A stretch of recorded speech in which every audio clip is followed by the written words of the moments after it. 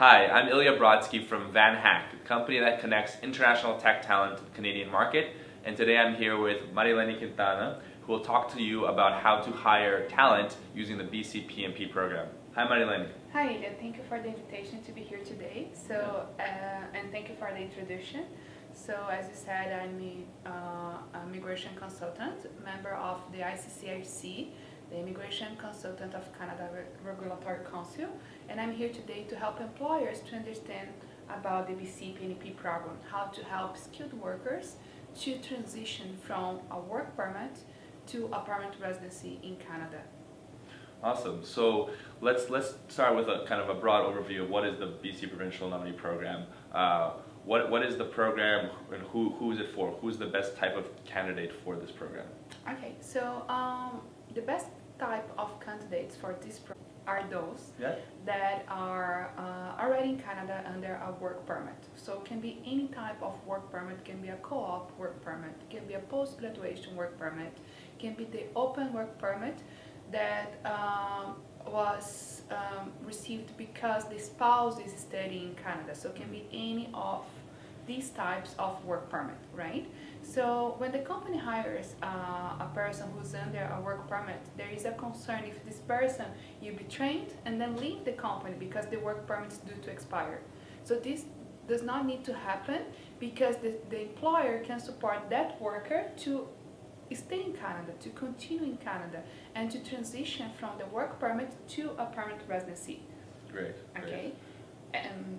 Yeah, so fantastic. So just to recap, anyone who's already here in British Columbia who has a work permit can get a permanent resident through the BC PNP program in order to avoid this talent no longer being in the country and no longer being able to work for your company. So if you don't want to lose the talent, do the BC PNP program. Yeah, great. Correct. So let's now go into the details. So how does this work practically? What do you need from the employer to be able to, or what does the employer need to do to be able to sponsor someone for the BC PNP program? How much does it cost? How much time does it take for the employer? Just maybe let's talk about the details of how it works. Okay, so the employer requirements are very, very simple. The company has to be established in BC for at least 1 year. Okay, and if it's in Metro Vancouver area, the company has to have at least 5 full-time employees. Perfect. Okay, so these are the requirements. And if it's outside of Metro Vancouver? They can have only 3 full-time employees. Great. Okay, so 5 if you're in Vancouver, 3 if you're outside of Metro Vancouver. Correct. Let's talk about the majority, because VanHack here helps with tech workers, so developers, designers, system architects. What's the process of bringing a skilled worker to the BC PNP program? So for those who are already a skilled worker, meaning that they have previous experience from back home and they are already in Canada working, this person can transition to a permanent residency through the BC PNP skilled worker category. Okay, so this program takes into consideration economic factors and also human factors. So I will start with the economic factors. Okay, so the company already provided this employee with a full-time undetermined job offer. So this is mandatory, cannot be for the BC PNP process, cannot be a contract, cannot be a job offer for a certain period of time, right? So this is the first observation that you guys have to watch for. The first economic factor is the skill level. So we have different designations for each occupation. We have the 3 top occupations that are classified as NOC 0, A, or B.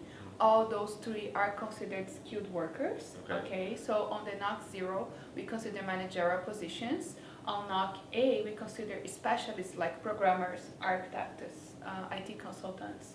And NOC B, we have the animators, graphic designers. So everybody that are part of VanHack, I would say that for sure would be part of the skilled worker classification. Okay, so this is the first point to consider. You are assigned points for the category that you are at, for the NOC position that you have. Okay, So this is the first factor. You get bonus points first if the person is already working for that employer. Okay, so you'll be given more points if you're already working. So if the employer decided to support this worker that's already part of the team, but you can also do the process if you just met the employee. Okay. So either or. Exactly. You are also assigned bonus points if this occupation is on the list of the top 100 priority occupations. Okay. I'm guessing computer programmers are on this list. For sure. Actually, all the occupations, I would say, that are in marketing, in IT, in construction field, are in financial. So designers, animators, everybody's on the list. Great. Okay, so don't worry about it. I would say that all VanHackers would be for sure. Fantastic. Okay. Okay. The next one to be considered is the wage. Okay. For BC PNP, they are not very strict regarding paying the minimum wage, as the LMIA process is very strict to checking and confirming this point. But with BC PNP, the higher you pay your employee, more points they have to finish the process. Okay, so we have points assigned for annual wages, and the higher it is, more points the employee gets to finish the process.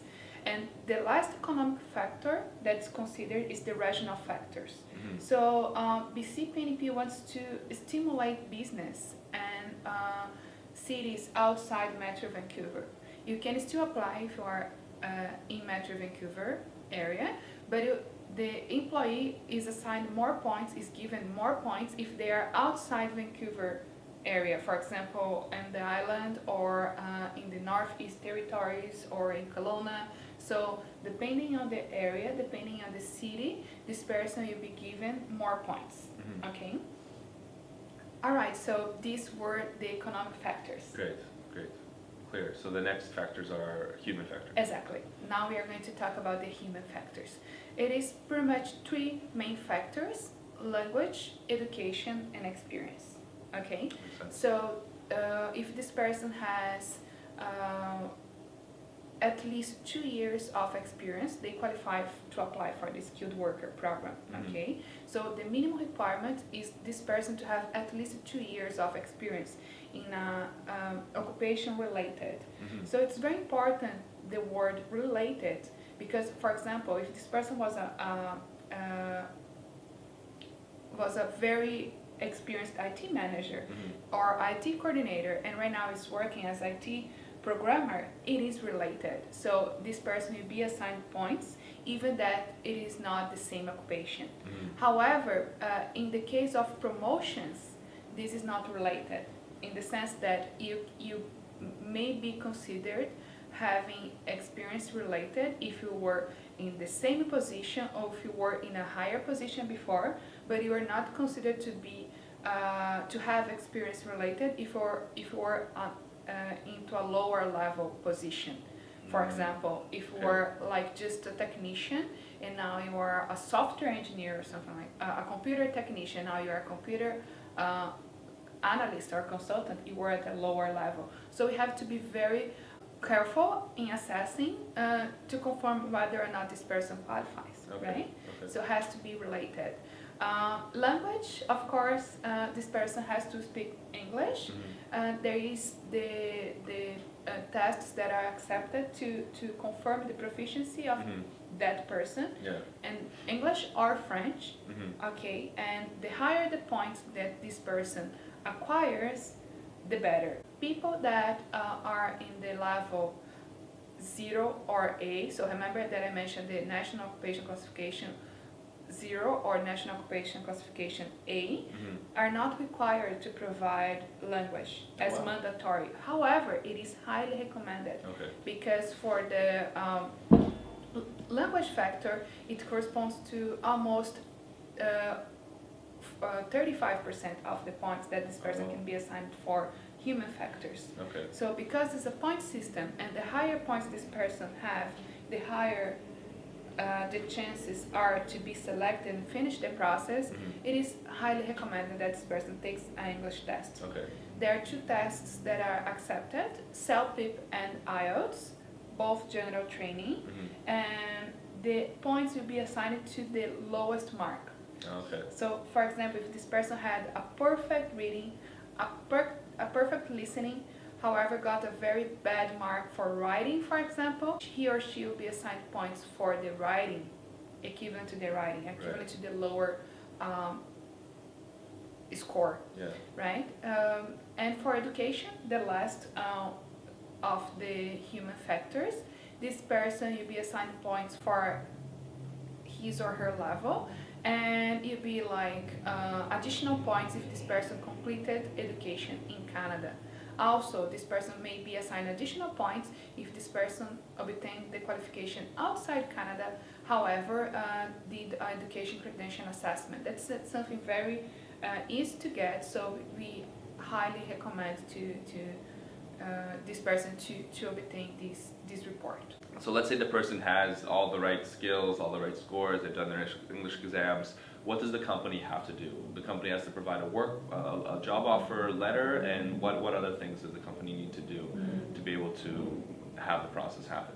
Okay, so usually we write a recommendation letter to the employee confirming how he supports the company to grow and how this person is important for the company.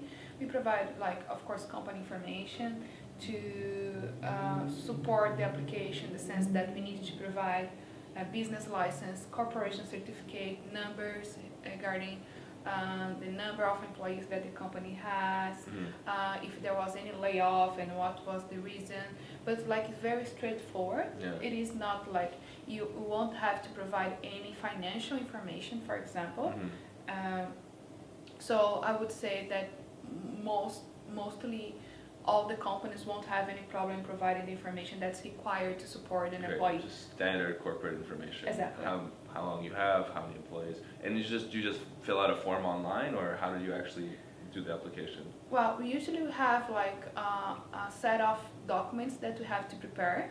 Okay, so usually I contact the company, spend like 20-minute call just grabbing the information, and I prepare everything on behalf of the employer just to make sure that they won't have any headache or don't even need to put time on this to support the employee. Okay, and pretty much the company has to have this time to have this conversation with me, and then later just to review and sign the forms and docs that are required. Awesome. Wow, sounds pretty straightforward. So is there a cost associated with the employer, or is it to apply, or how does that work? Well, for BC PNP, the employer does not have to pay the processing fee for the BC PNP application. So the company may or may not pay. The employee can pay as well. So the company may reach an agreement with the employee. There is no obligation that the company pays the processing fees, for example. Okay, so the processing fee for the BC PNP is $550 and may be paid either by the company or the employee. Okay. Great. So they can work that out between themselves. Fantastic. So how can people get in touch with you if they have a BC PNP case they want to work on? Okay.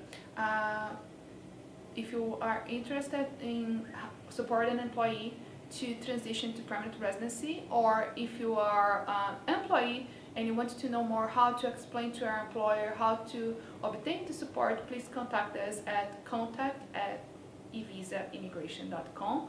Our phone number is 604-979-0909. And of course, if you're looking to hire international tech talent, we have a pool of thousands of developers, designers, digital marketers, people who have the tech skills that you're looking for. So get in touch with us at contact@vanhack.com as well. Thanks again, and if you have any questions, feel free to reach out to us, and hopefully you can find that amazing talent that you want to keep in your company and help them with the permanent residency as well. And yeah, thank you guys. Thank you. We have to help. Bye-bye.